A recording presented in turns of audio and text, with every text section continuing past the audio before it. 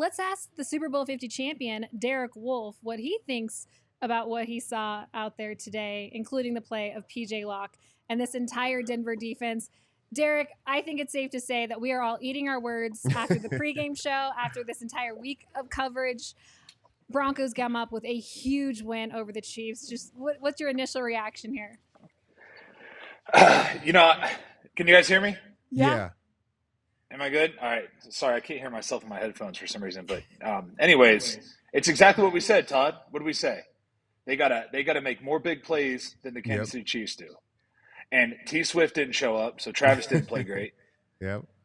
So I mean, it was like the team. That's how a team wins, right? They play as a team. All these big plays feeding off of each other. Pressure creating interceptions. So Mahomes threw 2 interceptions. There was 2 fumbles, and then you had the special teams play. The biggest thing that people aren't going to talk about in this game is the special teams play. Yep. Their coverage, the coverage teams for the Broncos played phenomenal, better than I've seen in the last 7-8 years, honestly. Because that used to be, that's one of the most important things on a football team is your ability to cover punts and kickoffs and not let them get that's hidden yardage that people don't think about, but it's a big deal. Yeah, because I would say that the Chiefs were starting to turn the game around right at that muff point situation. They had just stopped the Broncos on offense. They were starting to get things going on their offense. And it was 14-9. And against the Chiefs, I don't think a 5-point lead is enough to really, take a deep breath with. What did you see from them guys up front? I think Zach Allen had a pretty good game tonight. He had a couple tackles for loss. I felt like the D-line played a little bit better tonight. Did you see that as well? Yeah, I mean, they controlled the line of scrimmage. Yep. That's what they were doing. And the pressure on the quarterback was excellent. They were on him the whole game. I mean, did you see how defeated he looked at the end of that game? Yeah. His little soft hands were bleeding. You know what I mean? He's like, "Oh, they hit me." And I thought I liked the way the refs called the game. There was a couple calls that were like, they're trying to swing it seems, but at the end of the day, I like the way the refs called the game. And man, it felt good to see him go down finally, because it's been so long. 2015 September, so like the beginning of that season, that Super Bowl season, is the last time we beat them, and to never even beat Patrick Mahomes. And you know how many times we were close, right? Like we just were like 3-point game, 6-point game, 7-point game, like just right there. But they would just make more big plays than us. Like right at the end of the game, him and Travis would connect on some goofy stuff that you can't really plan for. So it's just, man, it feels really good. I'm really happy for those guys. I loved the way they played. They just played lights out from start to finish. They never like took their foot off the gas either. They just kept on them. Yeah, I think that's maybe a huge takeaway, is just all 3 phases really coming together today. Mm-hmm. Shout out to Drew Sanders for being there on that muff punt.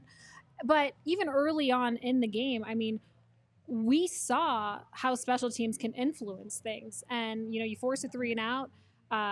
Marvin Mims who came out and had the great return to start the game, puts the offense in great position. They score on their first drive. It's now 37 points scored on their first offensive drive of the game this season. It's best for second in the league right now. And I just think that when all 3 phases are working, I have to assume, Derek, tell me, on the sideline, when it's clicking for everyone, has to feel pretty good. Oh, yeah, you feed off of each other. Offense feeds off of the defense. Defense feeds off the offense. And there's special teams. Special teams is huge because it creates momentum for whoever they're sending out there. If they go down there and cover a kick and push him back even further and give us great field position on defense, we're just as much as fired up as they are, because we know we're going to have good field position. So everybody feeds off of each other. For too long, we had a great defense, but our offense just couldn't get it together, right? So I don't care who you are, it's human nature to start to like resent. Resent is just you start feeling resentment towards the offense, because you're like, we're playing, instead of playing 45 snaps a game, I got to play 65 snaps a game. Yep. So now you're like, you're taking years off my life. Hold on to the ball, and they did a good job. I thought Russ played a good complete game. He didn't make it about him. They ran the ball well. Sorry, but this, what's the running back from Youngstown State?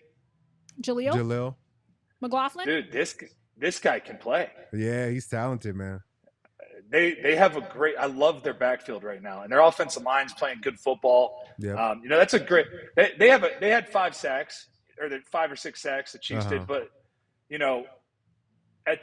those are all. I think a lot of those are coverage sacks. Yep. They weren't just like beating anybody at the line of scrimmage, or it was like they won on a couple pass rush games, but it was, I thought, one-on-one the offensive line was doing really good at holding the point, giving Russ enough time to get out of the pocket and move it. And, man, I just that's the first complete game that I've seen them play in a long time, and it just made me happy. Yeah, they really played well, man. You talked about the offensive line. I thought they ran the ball, and they're built to run the ball. So I don't really like get harp on them when they don't pass protect well, because I don't think they're great pass protectors, but they can for damn sure run the ball. You talked a little bit about resentment for the offense at times. We were there, man. I feel like me and you went through it all when we feel like we're playing well and the offense isn't stepping up. So for the offense to step up this way and the defense to play so well today, I think it's just a complete game. So I was happy to see that. I wish we would have had a little bit more of that. So we would have capitalized on it, after the Super Bowl. Of course, we had it during the Super Bowl, but I know we would have loved being out there for that. Yeah, that would have been fun just to get a win against Kansas City. Either way, the way they ran the football, like you said, man, it's something they haven't been able to do in a long time. Just really control the clock with the run game. To be able to get 5-6 yards a carry. All the way. I mean, Javonte had an unbelievable game. He had those. It's not going to look as good as it should be because he had those 2 negative plays right there at the end of the game that didn't really matter. But they went down there and they got their first downs to end the game there. And it's just, made phenomenal performance by those guys. Yeah. And they could finally get that taste of that Miami game out of their mouth. Man. Because I know that was just lingering because that was just disgusting. You know what I mean? So the defense, VJ got that defense together. Great coach. He coached an unbelievable game. So, and I think people forget that, like, how important coaching and scheme is when you're playing with like the highest level of athletes, the best of the best. There's the margin for error is so small that the coaching can make a big difference. And what kind of position you got your guys in can make a huge difference. So they didn't beat themselves today. They didn't get out coached. And that was awesome to see. Yeah, speaking of coaching, what really stood out to you as far as how VJ called this game for the defense? We can get to the offense here in a second, but specifically defensively, what really impressed you, by the way? I mean, they were able to hold the Chiefs to 9 points. I mean, I feel like there wasn't any times where, like, I was like, why did he call that? Or what was that? Why would he call that? What was his thinking there? I felt like he was on a roll, you know what I mean? Like, he had their number today. So he had them right where he wanted them, and he was able to kind of predict what kind of things they were going to do. And, he called a perfect game, honestly, in my opinion. If you can hold that offense to under 300 yards and 0 touchdowns and hold them to 3 field goals, I mean, that's a great football game. And Todd, in pregame, you said something about the Chiefs in the red zone. Yep. And what were they in the red zone? They were 0 for 3. 0 for 3. 0 for 3. Yep. And that's where it counts. If they could, I don't care how they get down. If they get down there and you hold them to a field goal, that's a win. Absolutely. And then in the second half, they had the ball. Seven plays? Yeah. Like 7 plays or something like that. Time they actually mattered. Baby. Yep. And that's how you win football games against a high-powered offense like that. Yeah. This is actually an interesting point. Somebody just said VJ simplified the defense 3 weeks ago, and look what we've seen ever since. I mean, these guys coming out, they're not overthinking, and they're able to just play their brand of football, and it feels like we're back. It definitely feels like we're back playing the way we need to. And when you know your job and can execute at a high level, Wolf, you could talk about this. It's very different from the first couple of weeks when it felt like guys were trying to get an understanding for VJ and what he wanted to do. Now it feels like guys understand why VJ is calling what he's calling, and they're putting themselves in the best position to execute that play. Not every play is going to be called against every defense, but if I know, okay, we're in 3rd and 5, they like to run, mesh routes here. Okay, he's calling this play for that. I'm going to set myself up to handle this crosser. It's much different than trying to think on your heels and not understanding what's going on and still trying to understand your job. Yeah. Especially against this kind of offense that they can do so much out of every package.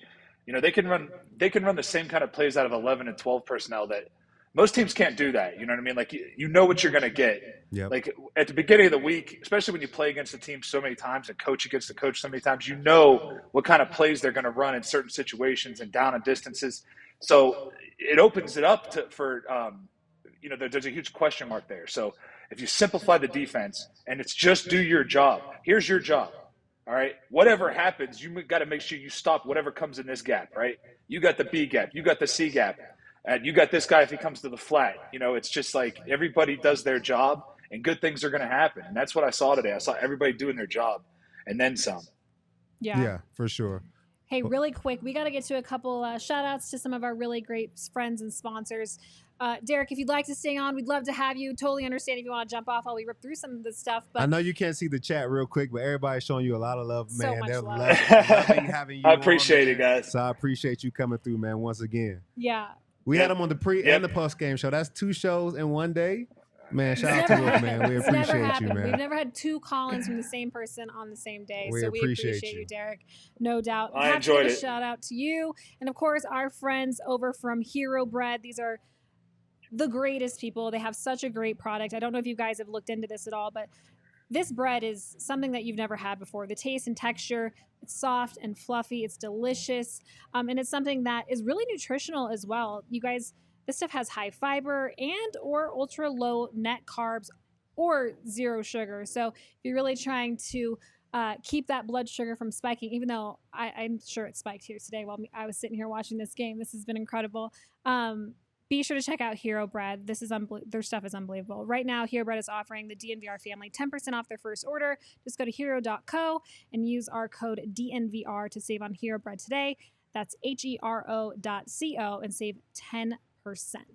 And shout out to our friends over at Primo Hoagies. I think this is the perfect time for a Primo, time to celebrate. You get a beer and a Primo Hoagie. I don't think there's anything better than right now. Broncos won 24-9. A nice hot sandwich and a beer. Come on, you can't beat that. I know what I'm doing after this. A Primo Hoagie? I already got the beer. So football isn't just an experience. It's a way of life. So if you want to enjoy that with a great catering tray, check out our friends over at Primo Hoagies. You can check them out at primohoagies.com. They have the greatest hoagies. I mean, they use the highest quality Thurman's meats, cheeses, sliced fresh and ready to order, served on Primo's award-winning seeded rolls, baked fresh every day. Go check them out, man. It's Primo Hoagies. Check them out at primohoagies.com. It's a lot to get through, but I did it. Derek, have you had a Primo Hoagie yet? No, but I'm sold on it now. So these are go ahead and try it out. Apparently these are like iconic, like a Philly cheesesteak from there is like a legit Philly cheesesteak. I feel like I'm about to ask you kind of some bulletin board material, but I'm going to anyways. What would you tell people who are saying, well, Patrick Mahomes, he was sick, he had the flu, he didn't look like himself. What do you want to tell those people? Hey, shut up. Just shut up. Let us have this victory. You know what I mean? Like, enjoy the victory and try to keep that carry that through the bye week. That's a great way to go into a bye week, man, with confidence high. You know what I mean? They got their confidence should be so high right now, and they should feel so much better as a team. That this could be a turning point for them. You know what I mean? They could the season could be turned around right here. It didn't start the way you wanted it, which I caution people to just like jump off the bandwagon right away in the beginning of the season, because you got a brand new everything is different in that building. Like everything, it's all different. So it's a whole new system. You got all these different guys and new people around. Everything's different. So you got to give it time to click. And for them to be able to beat this Chiefs team, that's just. I think that's a great starting point for the rest of this second half of this season, where they can try to make a push here and just do something, come out on top, and that way they can roll into next season, actually be in a place where free agents will want to come. Yeah, for sure. I mean, the bye week is the best time of the season for things to really turn around. Yeah. And to go into it with a win like this, man. Because after that bye week, your body feels, I think, so much better. You get to really take a rest, take a breather, and then not only that, you get to go back and look at the season and see what we didn't execute well, what we did well, how do we build on the things that we did well, and kind of move this thing forward. For this team right now, I feel really confident about their ability to adjust. The first couple games of the season, there was no adjustment, whether it was the first and the second half or from game to game. I feel like this is where they took a big step in adjusting. And you know how it is out there. I think everybody's great in the NFL, but what do you think about their adjustments and how they were able to finally move the ball in the second half and finally put together two good halves of football instead of just one? Yeah, they didn't just stick to one. All right, so you can have a plan, right? Mm-hmm. And stick to that plan, but you don't have to fall in love with that plan. Yep. Right? Don't fall in love with the plan. Be able to change and move around and do something different. And that's what makes a great team great, is that they don't get caught in the, oh, well, this is what our identity is, right? We're going to run the football, or we're going to throw the football, or we're going to trick them and dick them. No, they ground and pounded that football. Yep. They also threw the ball. They had to overcome adversity. There was a couple sacks, and things here and there. But, they fed off of each other. That's what I loved. The defense put the offense in position to score points. The offense held the ball and let them get a little break. It wasn't just like 3 and out, 3 and out, Mm-hmm. 3 and out. It was when you got a fresh group of guys going out there on the field. And Todd, you know how this feels. Yep. When you've been just kind of chilling over there riding the bike for 10 minutes, you're like, oh, let's go. I can't wait to get back out. Yeah. But sometimes you get off the field, and before I even get a drink of water, they're punting the ball away. You're like, bruh, come on, I just sat down. I just sat down. You got Bill Kolar, get your ass up, get over there, get in there, Wolfie, come on. I'm like, oh, jeez. So it's just nice to see a team that's feeding off of each other. You know what I mean? They're not attacking each other. They're still playing together as a team. Yep. Leadership looks phenomenal. Right. And that's what you have to have. You got a lot of guys on that team that really haven't won any big games. Yeah. They just haven't. They just haven't won big games. So other than your quarterback has won a Super Bowl, obviously, but I'm talking about overall. You don't have a lot of guys that have won in this league, and so they have to get those wins under their belt. And this was a really good starting point. I'm excited to see what the future holds.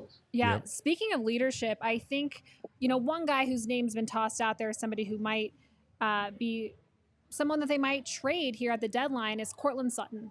And the guy has 6 touchdowns this year.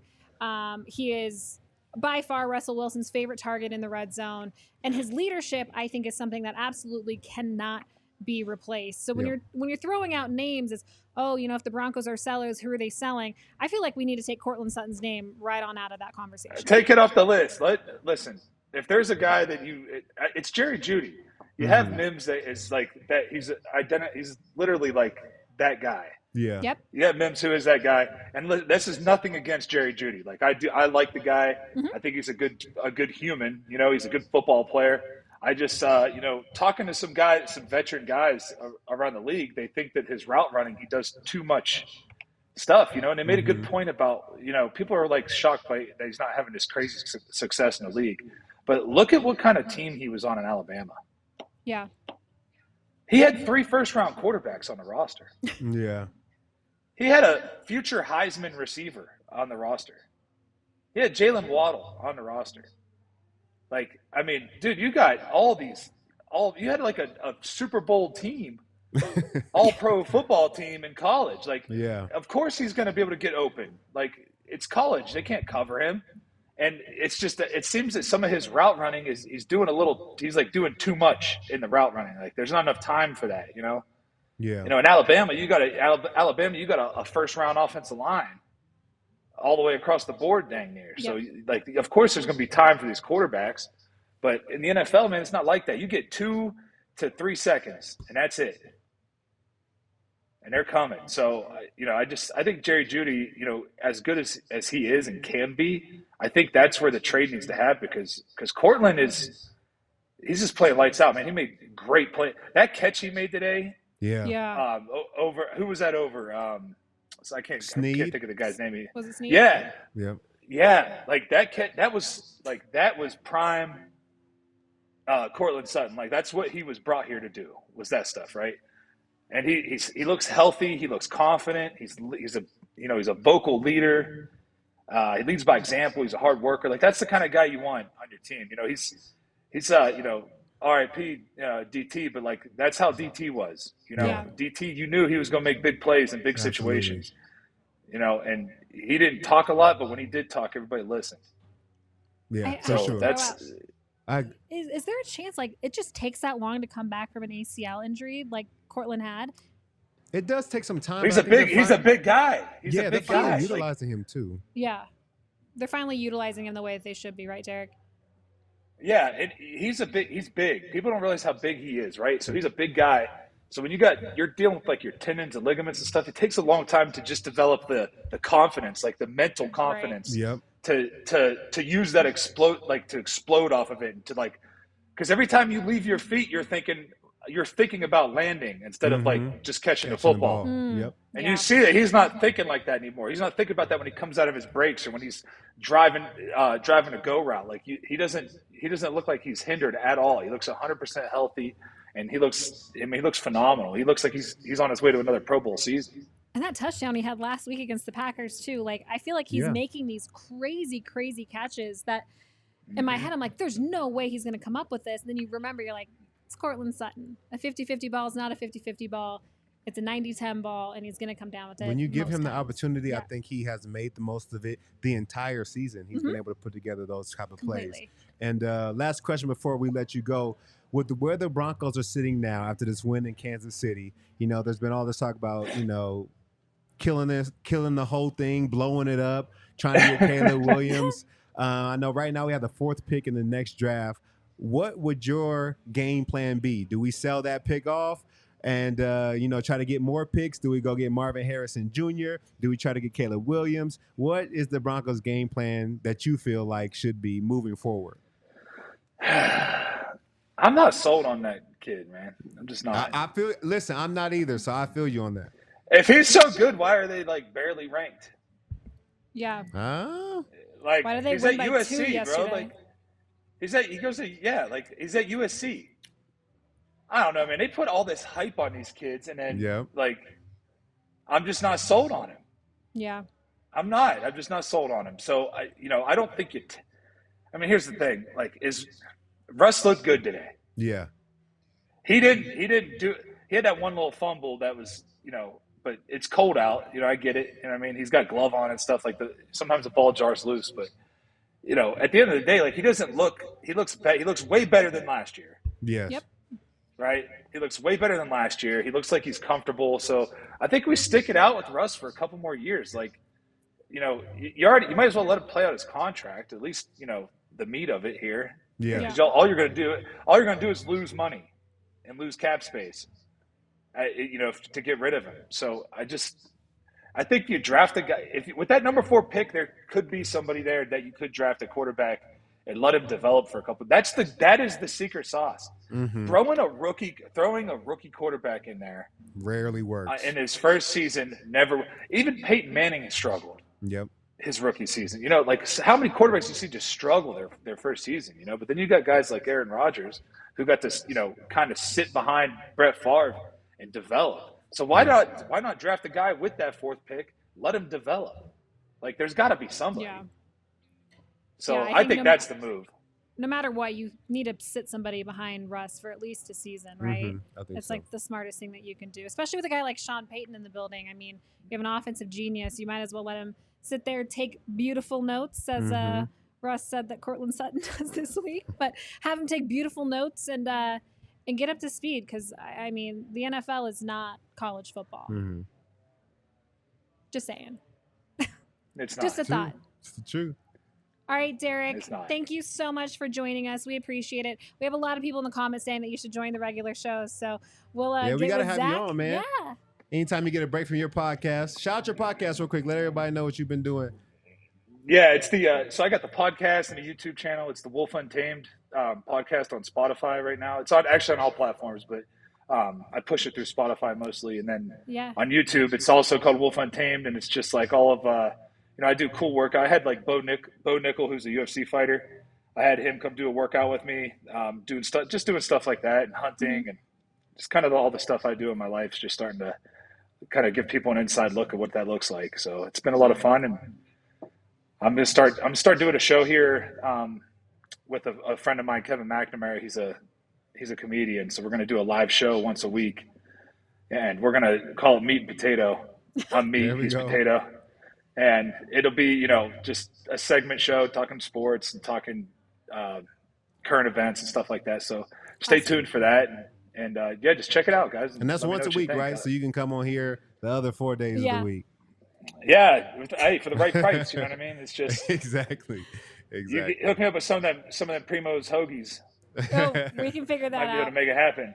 All right, for sure. I also want to give you a hat tip for everything you're doing just with mental health awareness. You know, I follow you on Instagram and everything, and really respect what you're doing and saying, and really just making it an open conversation for people. So thank you for everything that you're doing, and you know, hope to see you around soon. Haven't seen you guys since this summer. We're at a good old Forget Me Not in Cherry Creek. Yeah. Not a sponsor, but always good to see you guys out.